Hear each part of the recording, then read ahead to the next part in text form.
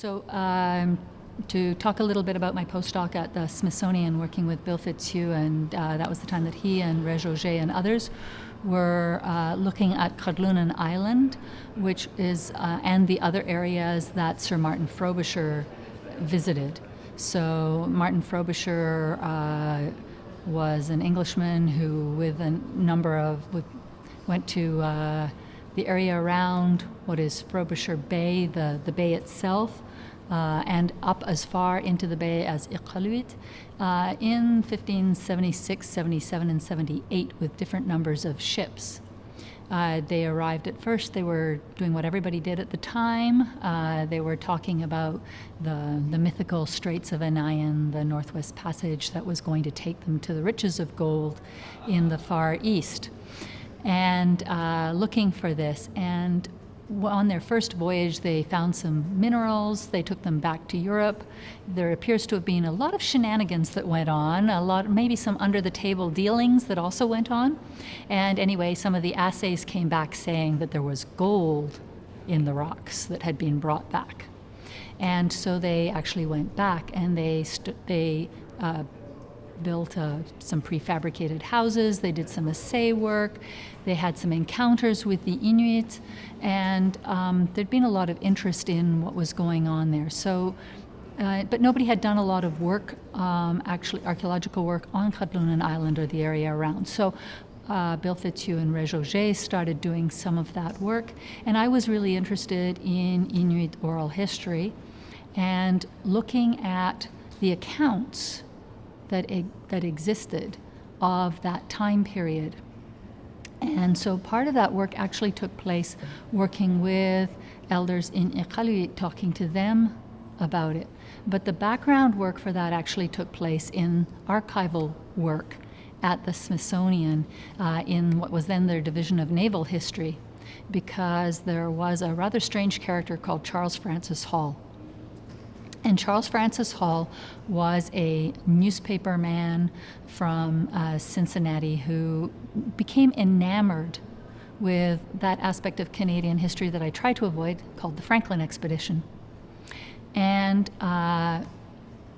Hall believed, even a number of years after, late 1850s, so he believed even after a number of years after the Franklin Expedition had gone missing, that there could still be survivors living, being looked after by Inuit, and that it was his duty to go and find them and bring them back. And he got support from all sorts of people, and we often don't think about corporate sponsorship, but he had corporate sponsorship at the time, and he managed to hitch a ride on a whaling ship and headed up north, and almost immediately a number of things happened. One of which was his interpreter, a man by the name of Kodlako, who had been in New York, and he had met in New York, died on the trip back up to Nunavut and was buried at sea. So he lost his interpreter. He then arrives in the area around Frobisher Bay, and the ship that he had, the tender that he had, the small ship that was going to take him, burns. So he can't go on that. So he ends up being stuck for 3 years in the area around there. So he's a newspaper man. What does he do? He starts talking to people. And one of the things that he does is exceptional is he starts writing down who's related to whom, who gets married, who has kids, who dies, what they die of. So he's got this incredibly rich ethnographic material. So I was looking at some of that for my thesis in his unpublished diaries. But also he realizes people bring him a chunk of iron and some bits. So Charles Francis Hall has brought this lump of metal, bits of brick, and he's told these stories about these Europeans, these Englishmen, who built a ship and then went away. And he's done a huge amount of reading. And at first he thinks, oh, this must link into the Franklin Expedition, but he knows he's nowhere geographically anywhere near that it makes any sense that it could be Franklin Expedition, and people are talking about it as long, long, long ago, right? So long, long, long ago is not 5-10 years previously. And then he makes the connection to Frobisher. And he realizes that what people are telling him is the other side of what's written in the Frobisher accounts. In the Frobisher accounts, they talk about how they capture Inuit and take them back to England, right? They also talk about how they lose some men and they never know what happened to them. They find a tent, they find some bloody clothing, they assume that the guys have been killed, but they don't actually know. And so Hall starts going out and interviewing people, and he actually creates a survey. So he actually has like 26 questions that he goes out and asks people. And he finds some interpreters, and I'll talk about them in a second. He goes out and interviews them, and he gets this really rich history coming back about these guys that stayed, but they didn't want to stay, so they build a small ship and they disappear off, and they go off into the ice, and they probably ended up drowning or dying of hypothermia, or something happened to them, but they wouldn't stay and they wouldn't be looked after. So it's a really interesting opposite side of the story, right? And so often we only get, in the literature, we're only looking at the side from the exploration side or the anthropologist side. We're not always getting the Indigenous viewpoint. So he was one of the early people to record both viewpoints in his story. So when we can find anything like that, it's really fascinating. So that's part of what I was doing as my postdoc at the Smithsonian. At the same time as that was going on, I was doing still some... Okay, so we were talking about Charles Francis Hall. And what interested me was, well, I was fascinated by the detail in the way that he approached Inuit oral history and trying to learn more about the interaction between Inuit and Frobisher. But more so, I was really fascinated by what was in his accounts, because the accounts of explorers are very much the accounts of people that are traveling through a region. They're trying to find the Northwest Passage. Really, the interaction with Inuit in most instances is incidental. And so it's not in great detail. The accounts of whalers logs. I've had another fantastic opportunity to spend a lot of time looking at whalers logs in the National Archives in London on one of my sabbaticals. Again, the accounts of Inuit are incidental to what they're there for. They're there to hunt whales. So this is a commercial enterprise, and they come in, they hunt the whales, and they leave. And they work with Inuit, and they hire Inuit, and there's a lot of interactions, but they don't put them down in their logbooks generally, other than payment of people, when food arrives, when whales are captured, who's on the whaling cruise. But the actual daily interactions between people and the relationships that are being built are not there. And what's fascinating about Charles Francis Hall's diaries is that those are there. Right? He doesn't have anything else to do. He's not hired by the whalers. He's not part of a whaling crew, right? His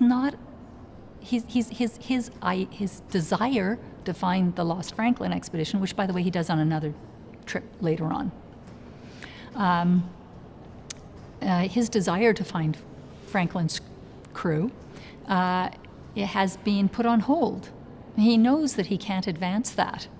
So what is he going to do? So he writes pages and pages and pages of what's happening around him. And yes, of course, it's from a particular lens, but we all write with different lenses on. So one of the fascinating things that you can actually look at, and I've done some work on with his work, is looking at issues of agency and Inuit agency. There was a lot of times early on, let's say in the 50s and 60s, when we're talking about the colonial venture, where Inuit and Indigenous communities in general are viewed as passive recipients of change.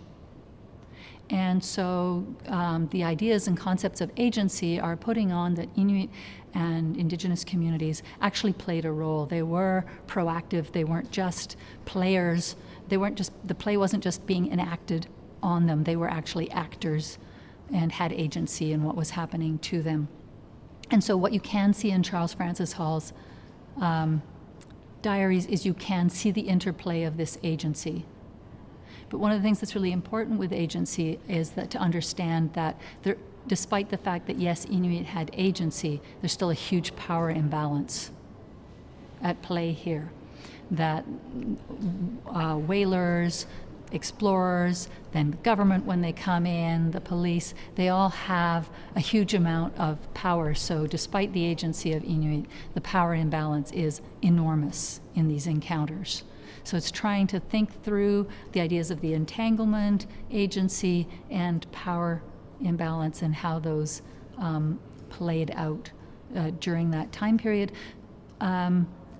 to give a more nuanced appreciation of the history of that time period, not the straightforward kinds of accounts that you sometimes read that distill everything down to like one or two sentences. So that was part of that work that I was doing there. At the same time as I was doing that work, I was doing archaeology field work in Igloolik. And I had wonderful opportunity. I had wanted to do field work with community. This is the idea that people now refer to as community capacity building. And it's not the idea that you're trying to build. People have always asked me, when you started this work and doing this in the 80s, were you thinking that you were creating young archaeologists? And that was never the idea. The idea was to demonstrate how successful people could be, that the skills that they were learning in school had application in the world, and also that the knowledge of the elders within the community could play a role as well, that this knowledge was deep knowledge that wasn't just something that was passé to be shoved to the side, that right?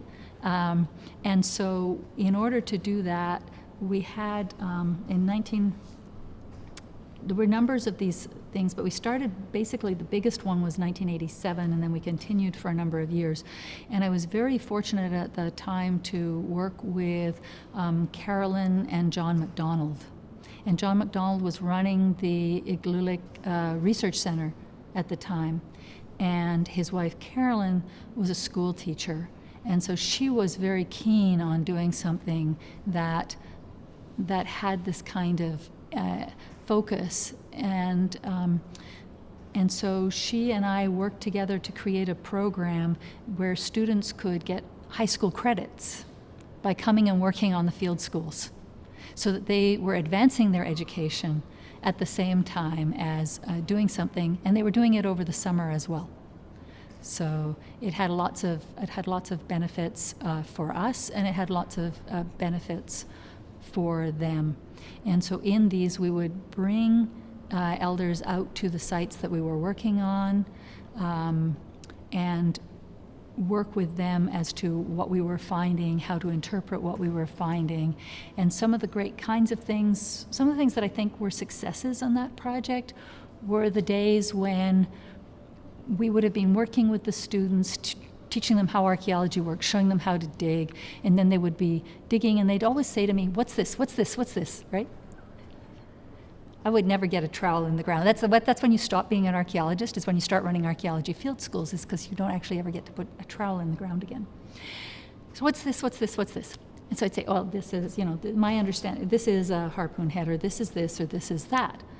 And then the days that for me that were really successful were days when the elders would visit, and they were on site, and they were looking at what we were doing, and they would be telling the students what things were and how they were used and what their correct Inuktitut names were for them.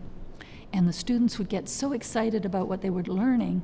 And then every now and again, a student would turn around and say, Sue, she says it's exactly what you say it is, right? And they could see that there wasn't that divide, because they had gone into it thinking that I'd say it was one thing and the elders would say it was something else, and then they'd be stuck in this awkward position of having to determine which it was. They also got to see that Carolyn and myself, and we were also very fortunate that we had the late Leah Otak working with us for many years on this project. And George Colaut as well. And so they were able to see this dynamic interplay of questioning back and forth and thinking things through, and that it wasn't just me saying, I'm an archaeologist and this is the way it is. And it also wasn't just the elders saying, this is what it is, that sometimes there was an interplay back and forth, and sometimes I'd be saying, I don't understand this. So there was a particular harpoon head that we get that is actually from a very early site. It's about 3,500, 4,000 years old. Looking at this harpoon head and saying, and I was looking at it and I'm going, this has a really, really small hole, and I'm trying to understand how you'd get a skin line through that hole. And then hearing back from the community members, from the elders, saying things like, so Noah Piratuk, saying things like, well, that's because that would have had a braided sinew line. As soon as somebody said that has a braided sinew line, you go, well, of course, that makes sense. Braided sinew line is incredibly strong, and you can make it really thin. But it wasn't something that I had thought about, and so that also then is, so it's adding the knowledge. So we had that project going on at the time, and that led to some really interesting and exciting work that we got to do with youth and with elders, both in archaeology, but also looking at Inuit geology. How do Inuit classify rocks, right? And that also looked at, so I did some of that work where we got to take youth and elders out to different spots on the landscape through the good graces of Polar Continental Shelf, and go and look at some of these spots on the landscape and have elders sit and look at a rock and say, oh, we call this, right? And it's called uluksaunak because that's what you make an ulu out of, which is a slate knife. And this is how you use it. And then all sorts of interesting things coming out of that interplay, because you're looking at uluksaunak, which is a location. So you're understanding the way that people are physically moving on the landscape.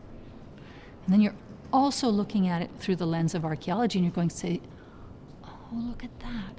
That's really interesting from an archaeological perspective, because Uluksaunak, the place 27 kilometers northeast of Igloolik, is this very specific green slate. And it appears in the archaeological record at a very specific time period, that archaeologists refer to as early Dorset. And it's everywhere when it appears. It litters the landscape. And you're going, what's going on here? And then you look at Uluksaunak, and you look at the elevation of Uluksaunak. And then you start playing in what Inuit talk about, which is the land has grown up since we were children. Now, geologists refer to that as isostatic rebound. So when the area around Igloolik in northern Fox Basin was covered by the glacier depresses the land, and then it's like a sponge or a marshmallow afterwards, right? So the glacier melts, and the land that's being depressed goes, I can grow again, and goes up. And this allows us in the area around Igloolik to do what's referred to as relative dating. The land around Igloolik has been rising. Of course, it's like a marshmallow.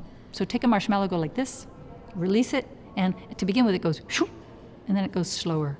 So during that, there's a period though where it's going about the same rate.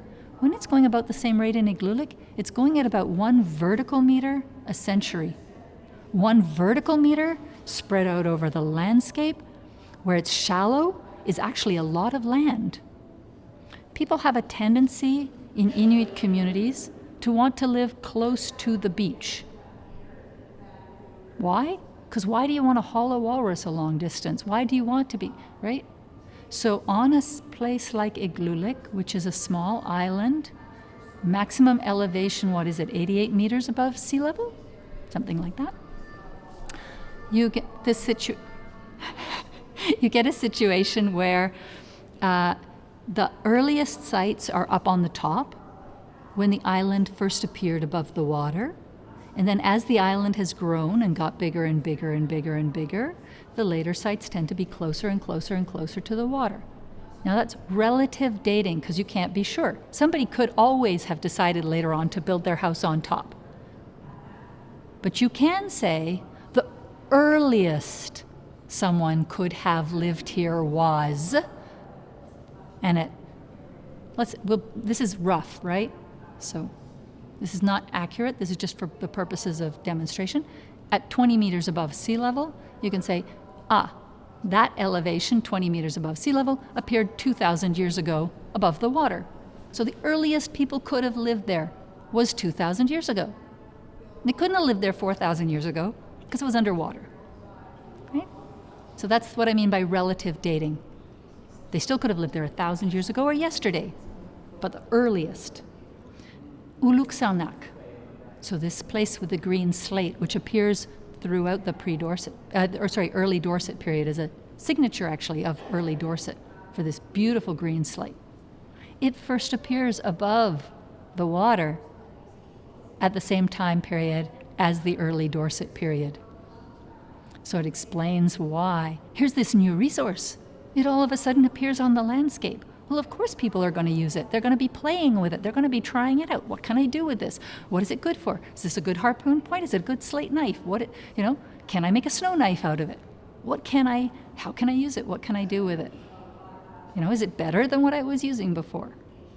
So it's really fascinating how you can then tie in, so Inuit understanding of the landscape, changes in the archaeological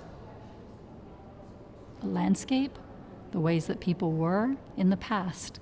And you can bring all those different threads of evidence together to tell, it's a tiny story, but a fascinating tiny story nonetheless that gives us a different idea into Inuit history in the past in that region.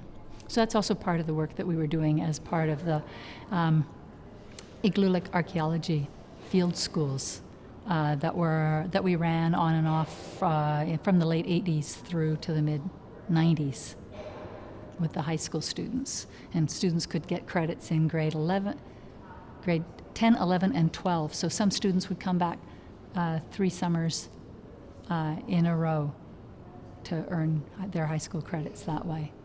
And it was a really wonderful program that we were able to run. And the end of those programs, one of the things that still happens today is that whenever an archaeology project happens, there is no repository in Nunavut. A repository is the place where archaeological collections are taken after they're excavated from the ground for being cared for. So they still leave Nunavut. They still go to the Prince of Wales Northern Heritage Centre. Actually, they're about to be transferred somewhere else, but that's where they were when Nunavut was part of the larger Northwest Territories originally, or to the Canadian Museum of History, or to other repositories, right? So one of the things that always happened at the ends of the field schools was that the students in the courses put on exhibits for the community. And so they would write the labels, they would select the pieces, they would do short videos of the field work that they'd done. They would do demonstrations of how you excavate. We'd have open houses at the site as well, anytime anybody wanted to come and visit. But this was one way for them to share back their knowledge with the broader community and to demonstrate the way that they had listened, thought through, and then taken them. So they wrote all the labels themselves. No one was telling them what to put on the captions. So that was a nice way to interact. It's not. The collections are still leaving the community, but it meant that there was still that interaction happening. So that was the field school that we ran for a number of years. in Igloolik. I had a very short period in my life where I had, after my stint as a postdoc at the Smithsonian, I then worked at the Smithsonian for a number of years on this renewal exhibit project that didn't happen that I talked about. And then I was hired into a tenure track position at the University of Alberta. That was a joint position between the Canadian Studies Program and the Department of Anthropology there. And I arrived there, and my husband had just got a job in New York. So, so we were living in two very different places.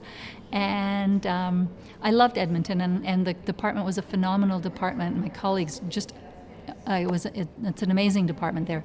And when I got there, what I didn't realize was I thought at first I was allergic to Edmonton. But in fact, I was pregnant. And so I spent the first few months I was there feeling absolutely horrendous. Nothing to do with Edmonton, entirely to do with the fact that I was suffering atrociously from morning sickness. And so my older son was born there and came to classes with me, which I think was also quite unusual of the time period. That's he was born in 1990. So I would pack him into class every day. And so I remember one day when he'd first started to crawl, and I was teaching a class on Canada's North to about 60 students. We were in this great lecture hall, and we were chatting away, and I was talking, and all of a sudden a hand goes up, and I'm thinking, what I'm talking about really isn't, there's no question, right? There's not really a question here. I'm thinking, and they know that if they need to leave to go to the washroom, they can just get up to go. Anyway, so I keep talking, and another hand goes up, and I'm thinking, now this is really strange. There's two hands up in the classroom. So I'm going, okay, yeah, okay. And my son's name was Jason, is Jason. And they said, okay, so, and they go, Jason just crawled out of the door. Is that okay? So I went and ran and grabbed him and pulled him back into the class. But that was the kind of interactions, and that was pretty wonderful to have that kind of ability at that time. So I would say the University of Alberta actually was really open to that, because I can't think of very many places back in 1990 where it was okay to have your crawling son around in the classroom. But we had to make some really difficult decisions. My husband was being asked by Carnegie Mellon University in Pittsburgh to go and join them on a research project. And I was in Edmonton, and we knew we wanted to be somewhere together, and there was nothing for him at that time in Edmonton. It was just the wrong time period. He actually works in energy, so it would have been the right time period shortly thereafter, but that time period was the wrong time period. And so we ended up in Pittsburgh. We had a young kid. We then had another child. So I thought, okay, we'll stop. It makes sense. So I just want people to know there is life after giving up a tenure track job. You can recover from it and have a career later on in life. I'm one of the few people I know who has ever given up a tenure track job. So we moved to Pittsburgh and lived there for a number of years. And when I was there was a request for proposal that came out from Parks Canada. And it was to do a history of Nunavut. And this was the idea of Dave Webster. And it was a really interesting idea. And my colleague, John Bennett, who had done a really great master's thesis working in Pangnoto, and I put in to work on this project. And we were very fortunate to be selected to be the group to work on the project. And so there was a steering group of Inuit from across Nunavut. So I'll try and see if I can remember them all. There was Gila Giroux, Peter Ilnok, John Maxerach, Suzanne Ivaluarchuk, Uriah Springnak, and David Sekwak. And so the idea was that they would provide advice to the group that was writing this history of Nunavut. And the very first meeting took place in Iqaluit, and it really structured the way the entire project went. So when we sat down and started talking on day one, it was like, well, what even is a history, right? A history of Nunavut, what does that even mean? So we actually, that night, sat down, and I remember writing on sheets of paper all the different ways that you could write a history. And we spent the whole second day of the meeting with the steering committee thinking about all the ways you could write a history, right? So you could write a history as a timeline. You could start with the very first, earliest archaeological discoveries. What's the earliest known date we have for human occupation in Nunavut? And do it through chunks of time, right? Fairly standard way to do a history. You could do a history through the eyes of a particular individual, right? You can write it as a narrative. You can write history by doing chunks. So you could do a chunk. You could do the economy. You could do a chunk on, family life. You could do these different things. And so then the group started talking about, so what's really important? I mean, we must have had 15 different ways you could write a history on this list that we talked through. And so what the group decided was that what they wanted for this was they wanted Inuit voice, that they felt that this was really important, that all the histories that had been written so far had been written mostly by outsiders, and those that had been written by Inuit had been generally written by an individual. So they wanted something that had multiple voices, multiplicality in it. They wanted something that showed that Inuit are all Inuit. And they also wanted diversity. So the thing that they decided on was that the first part of the book should be divided into two. And one part of the book would be looking at big concepts. Family, naming, right? They decided what those topics were. And the second part of the book would be to take a certain number of Miut groups, a certain number of specific smaller regional groups, and talk about the calendar and the seasonal round and how people moved through the landscape. And they were very clear that this was not that this was looking at a specific time period. The whole history was not, we're not talking about today, we're not talking about the far distant past. There is an aspect of what became Uqaluqait, an oral history of Nunavut, that is very much looking at the time period of what one might call just early contact.